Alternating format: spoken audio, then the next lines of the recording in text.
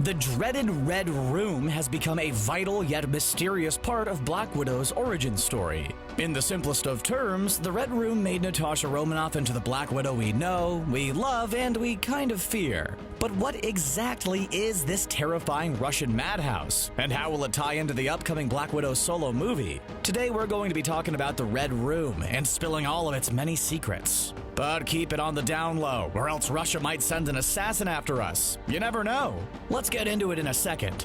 But before we get into it, we want to give a big thank you to the 7 Deadly Sins Grand Cross for sponsoring this video. For those who don't know, Grand Cross is an upcoming mobile RPG based on the 7 Deadly Sins anime, and oh boy, it's going to be awesome. I love the show, and I'm so excited to play as some of my favorite characters, especially Ban, as the Sin of Greed holds a very special place in my heart. Too often, games based on shows don't feel very connected to the source material, which is why the 7 Deadly Sins Grand Cross is so exciting. It's not only honoring the original manga and anime, but it has the original voice actor from the show as well as a famous Japanese game music composer. How cool is that? Its graphics and action sequences look insanely good, and it really looks like the developers will give players the chance to explore the continent of Britannia in ways I only dreamed of before. If you're a fan of the anime, or just someone who loves epic RPG games, then you have to check this one out. So what are you waiting for? Before evil takes over the land, go to the app or Google Play Store to download today. The world's counting on you. Now back to the video.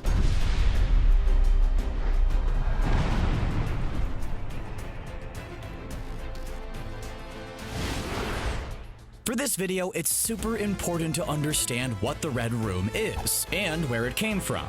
And there's so much information behind it that it could feel a little overwhelming. Like, did you know the Red Room isn't just a room that's painted bright red? Crazy, right? It's actually a highly secretive training program determined to create the deadliest and most dangerous female spies in the world. Does it have red walls? It probably does, but more likely than not, those red spots probably aren't paint, if you catch my drift. The project hails from Russia, and its origins in the comics are tied directly to the success of the Winter Soldier. Like Russia took a look at the brainwashed Bucky Barnes and was like, yeah, we're pretty good at this sort of thing. Let's keep it up. But while we're at it, let's make it even more terrifying and inhumane and involve children, who took a bunch of little orphan girls and started molding and sculpting them to become dangerous assassins. They wanted agents who could infiltrate every other country in the world, so you could imagine the time and effort it took to create a spy like that. In the MCU, what they do to recruits in the Red Room is enough to make anyone sick. Sure, there's a lot of normal activities for little girls to be doing, like hand-to-hand combat training, weapons training, gymnastics, tactical skills, etc. Wait, all that doesn't sound right. But sometimes things get even more wild when 2 girls are forced to fight one another, with the winner being rewarded and the loser, well, let's just say the loser doesn't have to worry about the Red Room anymore. But things get even creepier too once you find out what other training methods the girls had to go through in the MCU version of the Red Room. They were forced to watch movies like Snow White and the Seven Dwarfs, which was packed to the brim with subliminal messaging with the purpose of brainwashing the little girls. Words like fear and pain were inserted into these videos, so it could influence and shape the little girl watching. Man, I thought Snow White was already sort of a horror movie, but that takes it to a whole other level. Oh, and not because anyone would ever do this, because the Red Room sounds like so much fun, but every night they handcuffed the girls to the bed just to make sure no one ran off in the middle of the night. But that's a little much, don't you think? Who would ever want to leave such a paradise that made you do actual human target practice? That entire background brings us to the most famous graduate of the Red Room, Natasha Romanoff, aka Black Widow, aka the one with the least amount of superpowers, but still 10 times scarier than almost anybody else. Natasha was a standout in the otherwise forgettable Iron Man 2, and her role has slowly been increasing ever since. Thinking about it, it's absolutely nuts to think how she started out in the MCU. She went from side character in one of the least liked MCU films to growing enough to have an epic sacrifice on Vormir in Avengers Endgame to finally getting her own solo movie this year with Black Widow. For all you worried the Black Widow movie will just be shots of Natasha's body at the bottom of Vormir for 2 hours might be happy to know this is a prequel set in the 2 years between Civil War and Infinity War. We learned a lot about Natasha and her time in the Red Room in Avengers Age of Ultron.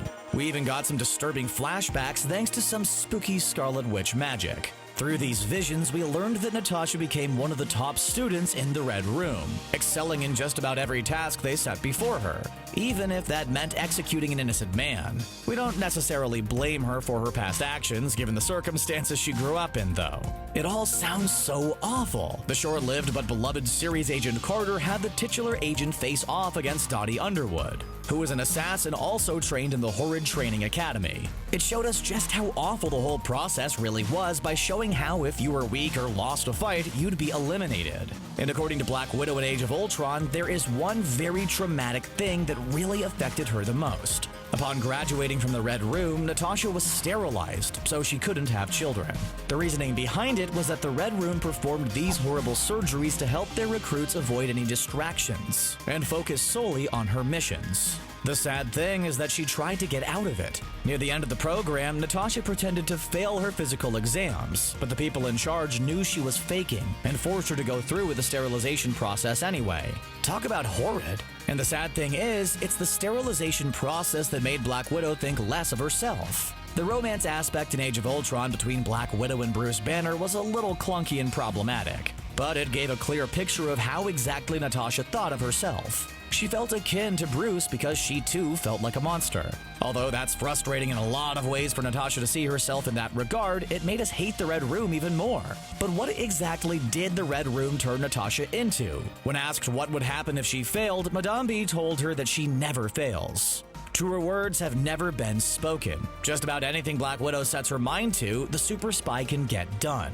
Besides being an expert in hand-to-hand combat, where she's very likely to wrap her legs around your head and flip you over before you could even blink, she's also great at disguise, hacking, and especially manipulation. Look at what she did in the first Avengers movie, even tricking Loki into revealing parts of his plan, and a genius move. In my opinion, that's one of the best scenes in that movie. She's even great with weapons. Every movie, Natasha tends to get an upgrade in terms of weaponry, and each item she proves to be incredibly deadly with. And just overall, the one thing that the Red Room trained her in the most was how to be a deadly assassin. It stripped away all of her morals and values, and as Natasha likes to say, put a lot of red in her ledger. It's super tough when you're in that dark and twisted mindset to find a way back to the light, but thankfully there was one S.H.I.E.L.D. agent who saw the good inside of Natasha and wanted to help. And that is of course Clint Barton, aka Hawkeye, aka the Avenger that everyone made fun of at the beginning but now is a fan favorite. When super spy Nick Fury heard about Natasha, he did what he always seems to do in that situation. He sent someone to deal with it by any means necessary. Clint was supposed to eliminate her, but as Black Widow puts it, he made a different call. Clint disobeyed his order and instead recommended her for S.H.I.E.L.D. recruitment, which Natasha later joined when she defected from Russia. But sometimes we all just need somebody to believe in us. Natasha wasn't a bad person. She was just brainwashed and indoctrinated by a twisted and dark organization. They may have trained her body to be one of the world's best assassins, but they couldn't snuff out the inherent goodness inside of her.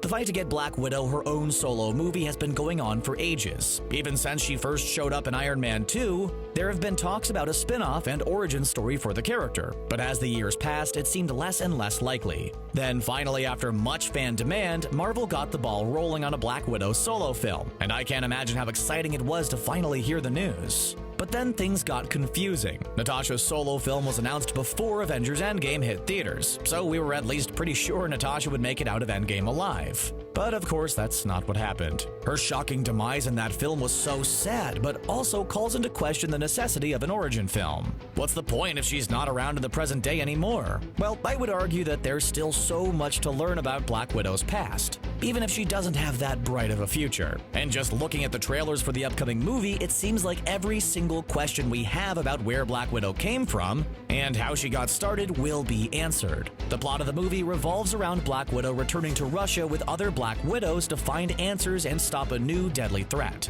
It'll see her team up with Florence Pugh and Rachel Weisz, as well as Stranger Things' David Harbour. And if that doesn't get you excited, then maybe you're a stone-cold assassin trained by the Red Room. Overall, the Red Room was a horrible, traumatic experience for Black Widow, but it turned her into the beloved character we know today. What they did to her was inexcusable, and I can't wait to see her confront and destroy her past in her new solo movie.